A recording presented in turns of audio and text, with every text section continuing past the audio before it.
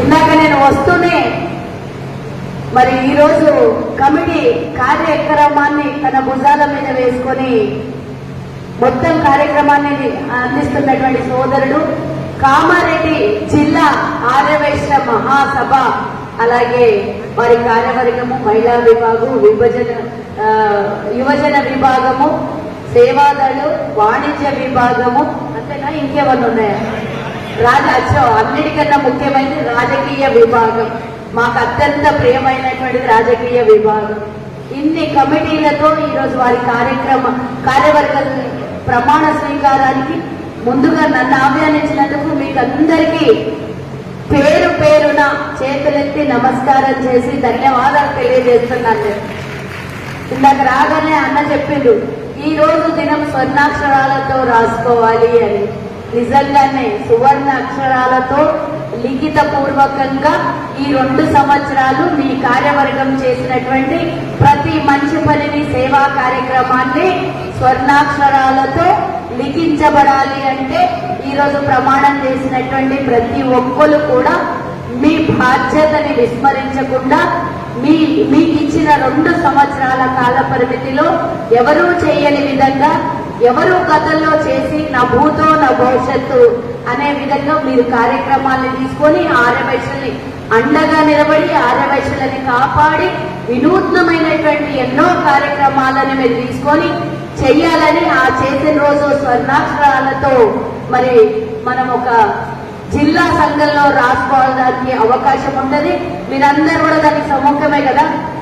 మీరు ఈరోజు ప్రమాణం చేసినటువంటి వాళ్ళే కాకుండా మన జిల్లాలో ఉన్నటువంటి ప్రతి ఒక్క ఆర్యవైశ్యులు కూడా దీనికి సుముఖంగా ఉండి వీరికి అందరు సహకరించి వీరి పదవి బాధ్యతలు తీసుకున్నటువంటి రోజు నుంచి పదవీ కాలం అయ్యేంత వరకు, పూర్తి చేసుకునేంత వరకు మనం కూడా వారికి సహకరించాలని కార్యవర్గమే కాకుండా జిల్లాలో ఉన్నటువంటి ఆర్యవైశ్యులందరం కూడా ప్రమాణం చేసి వారికి సహకరించాలని ఈ సందర్భంగా శుభాకాంక్షలు వారందరి కార్యవర్గానికి కూడా తెలియజేస్తూ, మరి ముందుకు నడిపించాల్సినటువంటి రథసారథులతో పాటు రథం వెనకాల నడిచేటటువంటి ప్రతి ఒక్కరు కూడా ఆర్యవైశ్యులందరూ ఉండాలని కోరుకుంటూ, మరి ఈనాటి ఈ కార్యక్రమానికి నన్ను ఆహ్వానించడానికి, అలాగే రాష్ట్రంలోనే కాంగ్రెస్ పార్టీ అని చెప్పుకున్నప్పుడు ఆర్యవైశ్యుడుగా గత 40 ఏళ్లుగా పార్టీ మారకుండా, జెండా దించకుండా ఒకే పార్టీ, ఒకే జెండా, ఒకే మాట మీద నిలబడినటువంటి రాష్ట్ర ఉపాధ్యక్షుడైనటువంటి కైలాస్ సీనన్న గారికి ముందుగా శుభాకాంక్షలు. నన్ను ఆహ్వానించినందుకు కూడా ధన్యవాదాలు తెలియజేసుకుంటున్నా. అలాగే రైస్ మిల్ అసోసియేషన్ కోశాధికారి అయినటువంటి నార్ల రత్నకుమార్ అన్నగారికి అన్నగారికి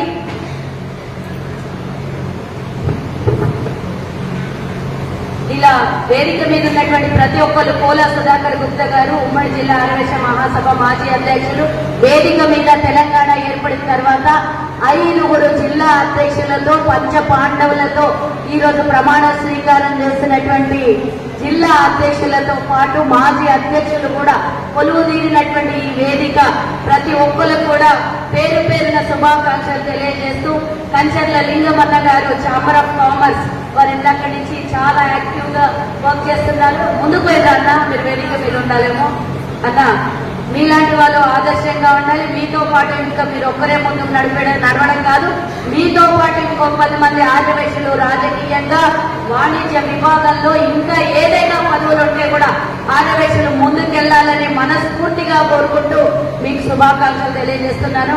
అలాగే నాగకృష్ణమన్న గారి తర్వాత శనిశెట్టి రాజమౌళి గారు, అలాగే యాదా నాగేశ్వరరావు గారు, బొంపల్లి రాములు గుప్తా గారు, అలాగే తుక్తే నాగరాజు గారు, ఇలా వేదిక మీద ఉన్నటువంటి పేర్లు, అలాగే ఇమ్మీడియట్ పాస్ట్ ప్రెసిడెంట్ అయినటువంటి మా తమ్ముడు, సోదరుడు, యువకుడు, యువ రక్తం ఉండి గతంలో కొంత ఇబ్బంది అయినా కూడా తన కార్యక్రమాలని నిర్విఘ్నంగా ఎన్నో ఒడిదుడుకులు వచ్చినా కూడా మరి 2 సంవత్సరాల తన స్కంధాల మీద కామారెడ్డి జిల్లా నడిపించినటువంటి ఇమీడియట్ పాస్ట్ ప్రెసిడెంట్ అయినటువంటి బాలకృష్ణ సోదరుడి కూడా నాకు ఒక కార్యక్రమానికి పెద్ద కార్యక్రమానికి గతంలో పిలిచాడు. నేను అప్పుడు ప్రతిపక్షంలో ఉన్నాను, ఆయన అధికార పక్షంలో ఉన్నాడు. ఈ రోజు ఇద్దరం కూడా ఒకే చోట ఉన్నాము. ధన్యవాదాలు సోదర. మీకు కూడా మీ టర్మ్లో ఇబ్బందులు వచ్చినా కూడా మీరు మరి పూర్తి చేసుకున్నటువంటి మీ కాల పరిమితిలో మీతో పాటు మా మహిళా విభాగం అయితే కనబడలేదు. వరుణానా మాజీ మహిళా విభాగం కనబడలేదు. మిమ్మల్ని దాని విషయంలో అయితే కొంచెం కోపంగా ఉన్నాను నేను. మరి ఇప్పుడే ప్రమాణ స్వీకారం గావించినటువంటి అన్నగారు మరి మీ హయాంలో మీరు నేను కూడా ఇప్పుడే పదవి బాధ్యతలు స్వీకరించాను. 2 సంవత్సరాలు నా కాల పరిమితి ఉంటుంది. మాతో పాటు మీరు కూడా 2 సంవత్సరాల కాల పరిమితిలో ఉంటారు. కాబట్టి ఈ 2 ఏళ్లలో మీతో పాటు మేముంటాం, మాతో పాటు మీరుంటారు.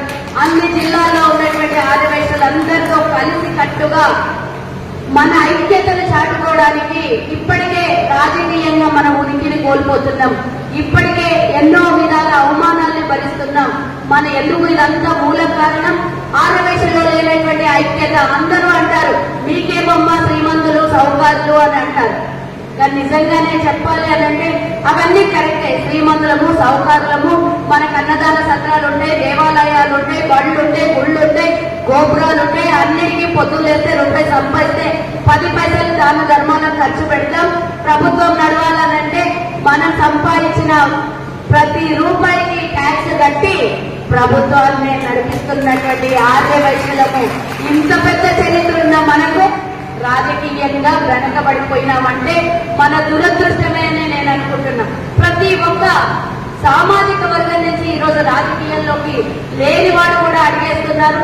కానీ ఎంతో మంది రాజకీయ నాయకులకు భవిష్యత్తునిచ్చి చందాలనిచ్చి ఎంతో మంది మనల్ని ఆశ్రయించినటువంటి నాయకులకు మనం డబ్బునిచ్చి నిలబెట్టి వాళ్ళు గెలిచిన తర్వాత మళ్లీ పోయి ఒక పనిచేసి పెట్టయ్యాలి మళ్ళీ వాళ్ళ దగ్గరికే వెళ్ళి మనం ఈ విధంగా ఎన్నోసార్లు రిక్వెస్ట్లు చేసుకొని సెకండ్ క్యాడర్ గానే మిగిలిపోయినాం. కానీ తొలి క్యాడర్ గా మనం దూరంగా రాజకీయానికి దూరంగా ఉంటారు.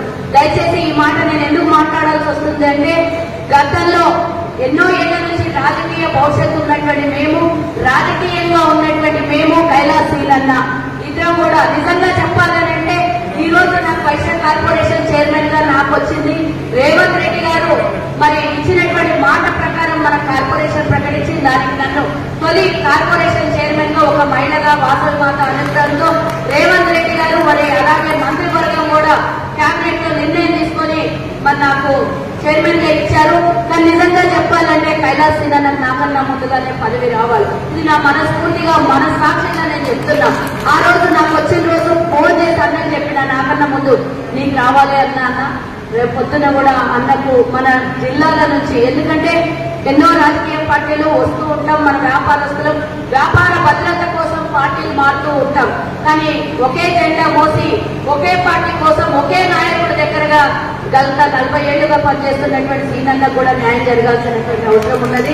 మనమందరం కూడా కలిసి కట్టుగా ఆయనకి వచ్చేంత వరకు కూడా, ఎందుకంటే ఒక్కోళ్ళు వెళ్తే ఇంకో 10 మందిని మనం తీసుకురావడానికి అవకాశం ఉంటుంది. కాబట్టి ఈ మాట నేను చెప్తున్నా.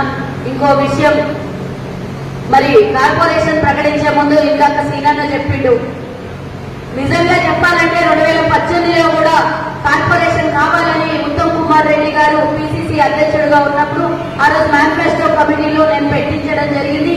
పరిగి వేదికగా ఉత్తమ్ కుమార్ రెడ్డి గారు కార్పొరేషన్ అనౌన్స్ చేయడం జరిగింది. మేము అధికారంలోకి రాగానే ఇమీడియట్ గా వైశ్య కార్పొరేషన్ ఏర్పాటు చేస్తామని. దురదృష్టవశాత్తు 2018లో కాంగ్రెస్ అధికారంలోకి రాలేదు. 2023లో మళ్ళొకసారి మేమందరము మరి ఎన్నో ఏళ్లుగా పోరాటం చేస్తాం. ఇక్కడ ఉన్నటువంటి అన్నలందరూ కూడా ఇంటర్నేషనల్ అన్న వాసవి క్లబ్ అధ్యక్షుడు మీరందరూ కూడా మనం పోరాటం చేసినాం. వైశ్య కార్పొరేషన్ కావాలని కూడా పోరాటం ఎన్నో ఏళ్లుగా తపస్సు చేసినాం. 10 ఏళ్ల నుంచి తెలంగాణ ఏర్పడిన తర్వాత మన కోరికలు మనకున్నాయి. స్వతంత్రం వచ్చిన తర్వాత మొట్టమొదటిసారి ఆదివాసులకు అనేది ఒక హక్కు ప్రభుత్వ పరంగా లభించింది. ఈ రోజు కాంగ్రెస్ ప్రభుత్వం ఏర్పడిన తర్వాత 10 ఏళ్లు కేసీఆర్ తో కొట్లాడినాం, దీక్షలు చేసినాం, ధర్నా చేసినాం, నిరాహార దీక్ష చేసినాం, లాస్ట్ కు లాఠీ దెబ్బలు కూడా తిన్నాం. అన్నిసార్లు చేసినా కూడా కేసీఆర్ ఒక్కరోజు కూడా మన ఆ పేద ఆదివాసులకు, అందరూ అంటారు శ్రీమంతులు మీకెందుకు కార్పొరేషన్ అంటారు, కానీ మా వెనకాల ఒక పూల దండ వెనకాల ఉన్నటువంటి దారం ఎంత విలువైందో, మా మేము ఒక 20% ఉన్నటువంటి శ్రీమంతులే మీకు ముందరికి కనబడుతున్నారు. కానీ 80% ఉన్నటువంటి మధ్య తరగతి దిగువ తరగతి ఉన్నటువంటి ఆర్యవేశ్యలు అంటే కనబడలేదా అని మేము కొట్లాడినాం. గత 10 ఏళ్ల కొట్లాడినటువంటి కళ సాకారం ఎక్కడ ఎప్పుడైందో మీకు అందరికీ తెలుసు. మేనిఫెస్టోలో పెట్టడం ఒక వంతు అయితే రేవంత్ రెడ్డి గారు ఒక అద్భుతమైనటువంటి సమయంలో కామారెడ్డి పోటీ చేయడం జరిగింది. కామారెడ్డి పోటీ చేసినప్పుడు మనం ఒకళ్ళు గెలవాలి అంటే కామారెడ్డి నియోజకవర్గంలో ఆర్యవైశ్యులు డిసైడ్ ఫ్యాక్టర్స్ అక్కడ. మరి అక్కడ మరి ఆ రోజు కైలాసీనన్న కానీ మరి అలాగే ప్రసాద్ మేమందరం కూడా ప్రచారంలో ఉన్నప్పుడు రేవంత్ అన్న గారికి చెప్పడం జరిగింది, అన్న ఇక్కడి నుంచే కామారెడ్డిలోనే కార్పొరేషన్ ఇస్తామని ప్రకటించండి అన్న. అంటే మరి గంజులో అనుకుంటా కదన్న, గంజులో అన్న మరి ర్యాలీలో ఉండగా ఆర్యవైశ్యుల వ్యాపార సంస్థల ఎదురుగుండా అందరికీ మా ప్రభుత్వం ఏర్పడగానే కార్పొరేషన్ ఇస్తామని మీ జిల్లా సాక్షిగా కామారెడ్డి సాక్షిగా మరి ఆర్యవైశ్యుల వ్యాపార సంస్థల దగ్గర నిలబడి చెప్పినటువంటి మాటని 6 పథకాలతో పాటు 100 రోజుల్లో ఆర్యవైశ్య కార్పొరేషన్ కూడా ఏర్పాటు చేయడము, దానికి చైర్మన్ గా నన్ను నియమించడం. ఇంకో విశేషం ఏముంది అంటే 17 కార్పొరేషన్లు కూడా ముఖ్యమంత్రి గారు అనౌన్స్ చేయడం జరిగింది కేబినెట్ తో. మరి ఆ 17 కార్పొరేషన్లో 37 మంది కార్పొరేషన్ చైర్మన్లను అనౌన్స్ చేస్తే అందులో ఏకైక కొత్త కార్పొరేషన్ చైర్మన్ గా ఆర్యవైశ్య కార్పొరేషన్ కేవలం 17లో 16 చైర్మన్లను ప్రకటించలేదు. ఏకైక ఆర్యవైశ్య కార్పొరేషన్ చైర్మన్ ని మాత్రం ప్రకటించి తొలి జాబితాలో అందులో నా పేరు పెట్టడం జరిగింది.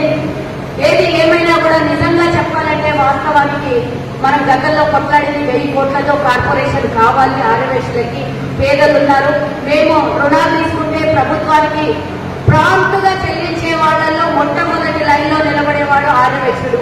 మా పేదలకు మాత్రమే మేము అడుగుతాం, మాకున్న శ్రీమంతులకి ఎవరితో కేసీఆర్ గతంలో ప్రకటించిండు, ఉన్నోళ్ళు కూడా డబ్బులు ఇస్తా అన్నాడు, కానీ మేము అట్లా తీసుకో. మా పేదలకు మాత్రమే సబ్సిడీ రుణాలు ఇవ్వాలి. మా ఓవర్సీస్ విద్యార్థులకి విదేశీ చదువుల కోసం, ఉన్నత విద్య చదువుల కోసం, చిన్న కుటీర పరిశ్రమల కోసం మన ఆర్యవైశ్యులని వాణిజ్య వ్యాపార కుటుంబాలు మన కులవృత్తి మరి ఈ రోజు ఎంతో దెబ్బతింటున్నటువంటి ఆర్యవైశ్యులు వ్యాపార రంగ సంస్థలలో పూర్తి స్థాయిలో చెతికిల పడిపోయి చితికిపోతున్నటువంటి చిన్న చిన్న వ్యాపారాలు మరి ఆ వ్యాపారాలు చితికిపోతున్నాయి. ఉద్యోగాలు రాకపోయే పిల్లలకు చదివిద్దామంటే విదేశీ చదువులో కానీ ఇక్కడ చదివిద్దామంటే సబ్సిడీ రుణాలు దొరకట్లేదు. ఎవరు కూడా లోన్ పెట్టేటప్పుడు సంతకాలు ఎవరు కూడా పెట్టరు, ఎవరు ఆస్తి కూడా రాసిచ్చి బ్యాంక్ లోన్ ఇయ్యరు. కాబట్టి ప్రభుత్వమే ముందుకు రావాలి. మేము మళ్ళీ సబ్సిడీ ద్వారా మాకు రుణాలు ఇస్తే మేము తిరిగి ప్రభుత్వానికి చెల్లిస్తామే తప్పించి ఎక్కువ రకం మా ఆర్యవైశ్యుది కాదని ఎన్నేళ్ళలో మాకు కొట్లాడితే అదే 1000 కోట్లతో మాకు నిధుల్ని కేటాయించి కార్పొరేషన్ ఇయ్యమని ముఖ్యమంత్రి గారికి మేము విన్నవించుకున్నాం. లెటర్ కూడా ఇవ్వడం జరిగింది. కొత్త కార్పొరేషన్ కాబట్టి మనది కూడా అన్నింటికంటే ఇంపార్టెంట్ ముఖ్యమంత్రి గారి కిందనే మన కార్పొరేషన్ ఉండడం కూడా మన అదృష్టంగా భావిస్తున్నాను. ఎందుకంటే మన ఆర్యవైశ్య కార్పొరేషన్ అనేది ప్లానింగ్ కమిషన్ కింద ప్లానింగ్ డిపార్ట్మెంట్ కింద పెట్టారు. ఆ ప్లానింగ్ డిపార్ట్మెంట్ కి చైర్మన్ గా ముఖ్యమంత్రి గారు ఉన్నారు, ప్లానింగ్ కమిషన్ చైర్మన్ గా ముఖ్యమంత్రి ఉన్నారు. డిపార్ట్మెంట్ కి మరి మన బట్టి విక్రమార్క గారు ఉప ముఖ్యమంత్రి గారు మంత్రిగా ఉన్నారు. కాబట్టి ఆ ఇద్దరు ప్రథములు రాష్ట్రాన్ని ఈరోజు అధికారంలో ఉండి ప్రథమ స్థానంలో ఉన్నటువంటి ఇద్దరి కింద మన కార్పొరేషన్ ఉండడం కూడా మన అదృష్టం. ఎందుకంటే మనకు తక్కువ నిధులు ఇస్తే వారే బాధపడతారు, మా కింద ఉన్నటువంటి కార్పొరేషన్ కి నిధులు తక్కువ ఇవ్వాలా అనే ఫీలింగ్ కూడా ఉంటుంది. కాబట్టి ఒకందుకు అదృష్టంగానే భావిద్దాం. డెఫినెట్ గా 1000 కోట్లతో నిధులు ఇచ్చి మా కార్పొరేషన్ నిధుల్ని ప్రకటించమని మనం కోరడం జరిగింది. ఉప ముఖ్యమంత్రి గారికి కూడా లెటర్ ఇవ్వడం జరిగింది. మరి రాబోయే కాలంలో మనం పేద ఆర్యవైశ్యుల కోసం తప్పకుండా ఎక్కువ నిధులు కేటాయిస్తారని ఈ సందర్భంగా నేను కోరుకోవడం కూడా జరుగుతోంది. ఇంకో విషయం ఇందాక సోదరులు మాట్లాడుతూ ఒక విషయాన్ని మన ముందుకు తీసుకొని రావడం జరిగింది. 3 రోజుల క్రితం మరి కేబినెట్ మీటింగ్ లో ఆర్యవైశ్యులకు ఏకైక చిరునామా ఉన్నటువంటి తెలుగు యూనివర్సిటీ పొట్టి శ్రీరాములు గారి పేరుని మార్చేసి సురవరం ప్రతాపరెడ్డి గారి పేరుని పెట్టడం జరిగింది. దానికి మేము చాలా దిగ్భ్రాంతి చెందుతున్నాం. మేము ప్రభుత్వంలో ఉన్నా కూడా ఎవరి కులం వారికి ముఖ్యము, ఎవరి సామాజిక వర్గం కోసం వారు పోరాడటం చాలా అవసరం. ఎందుకంటే ఈ రోజు నాకు ముఖ్యమంత్రి గారు క్యాబినెటే కదా ఈ పదవిలో కూర్చోబెట్టింది, మన కులానికి కూడా న్యాయం చేయాల్సినటువంటి అవసరం కూడా ఉంది. కాబట్టి పొట్టి శ్రీరాములు అని అంటే రాజకీయ నాయకుడు కాదు, ఒక రాష్ట్రానికి చెందినవాడు కాదు, ఒక కులానికి పోరాటం చేసిన వాడు కాదు.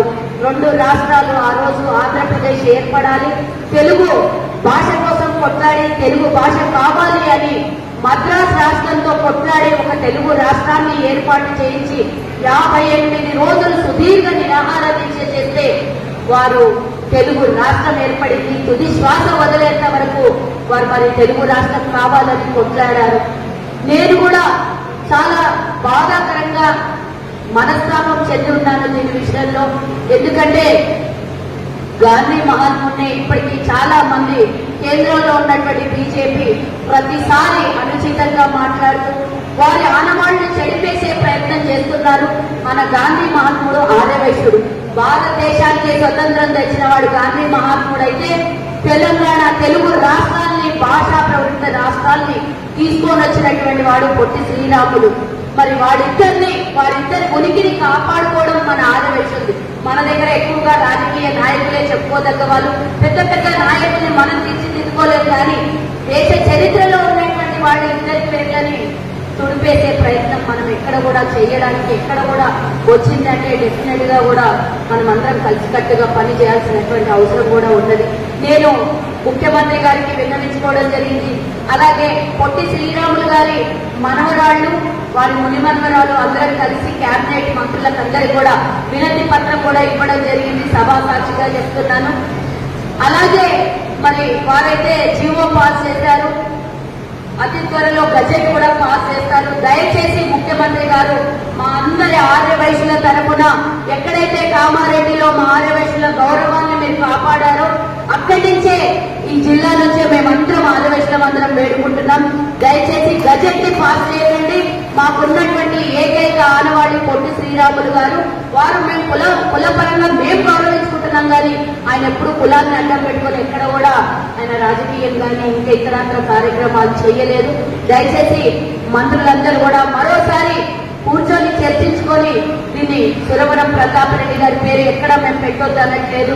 కొత్త స్కిల్ డెవలప్మెంట్ సెంటర్ ఉన్నది, అక్కడ వారి పేరు పెట్టొచ్చు, ఇంకో కొత్త యూనివర్సిటీ పెట్టొచ్చు.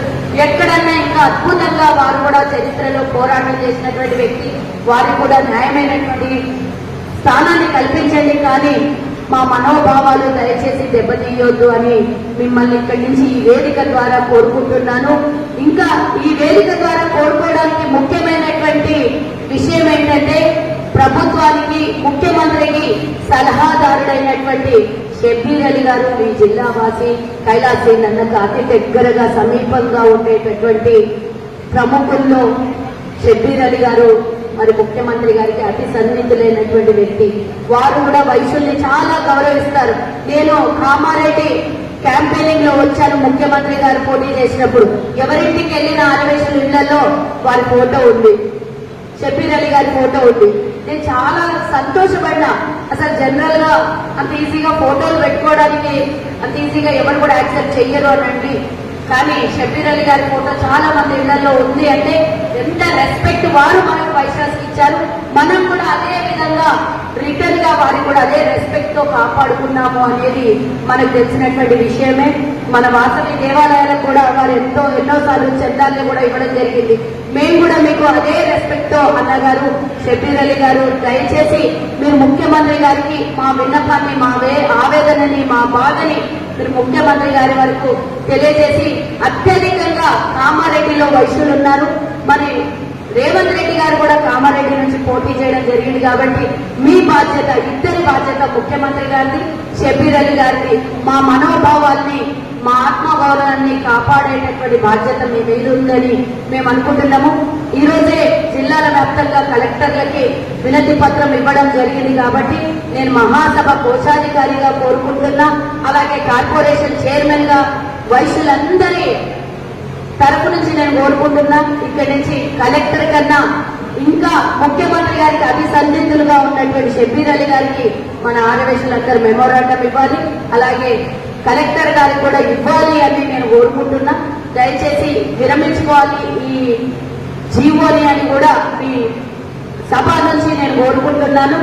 అంతేకాకుండా కార్పొరేషన్ విషయానికి వస్తే కామారెడ్డి జిల్లాలో అధ్యక్షుల వారికి, మా మహిళా అధ్యక్షురాలకి, అలాగే మిగతా అన్ని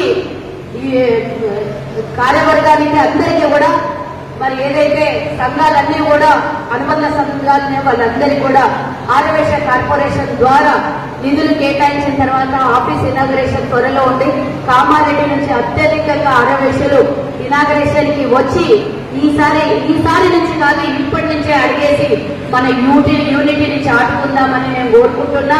కార్పొరేషన్ నిధులు వచ్చిన తర్వాత కానీ ఇప్పుడు కూడా మన పేద ఆర్యవేశలు ఎక్కడెక్కడైతే ఉన్నారో వారికి కొంత సీఎం రిలీఫ్ ఫండ్ కానీ, ఆరోగ్యశ్రీ కానీ ఇలాంటివి ఏవైనా ఇబ్బందులు ఉంటే మీరు ముఖ్యమంత్రి గారి దృష్టికి షబ్బీర్ అలీ గారి ద్వారా కానీ, కైలాస్ సింగన్న ద్వారా కానీ ఇక్కడ సాల్వ్ చాలు చేసుకొని మిగతా ఏమైనా ఉంటే కార్పొరేషన్ ద్వారా కూడా అయ్యేటివి ఏమైనా ఉంటే 100% 24/7 నేను అందుబాటులో ఉండి మీ సేవలు నేను సేవ చేయడం కోసం నేను అందుబాటులో ఉంటానని ఈ సభ సాక్షిగా తెలియజేస్తూ, ఇంత నిశ్శబ్దంగా ఇంత పిండ్రం సైలెంట్ గా ఆకలేసినా కూడా నేను చెప్పేటటువంటి మాటలు వినడానికి ఎంతో మంది పెద్దలు, నాకన్నా అనుభవంలో పెద్దవాళ్ళు, నాకన్నా వయసులో పెద్దవాళ్ళు, అన్ని విధాలా ఉన్నటువంటి ముంగలున్నటువంటి ప్రతి ఒక్క మా మహిళా సంఘానికి, మా ఆర్యవేశ సంఘానికి, ఆర్యవేశ సభ్యులందరికీ కూడా మరోసారి ధన్యవాదాలు తెలియజేస్తూ, మళ్ళీ ఈ అవకాశం కామారెడ్డికి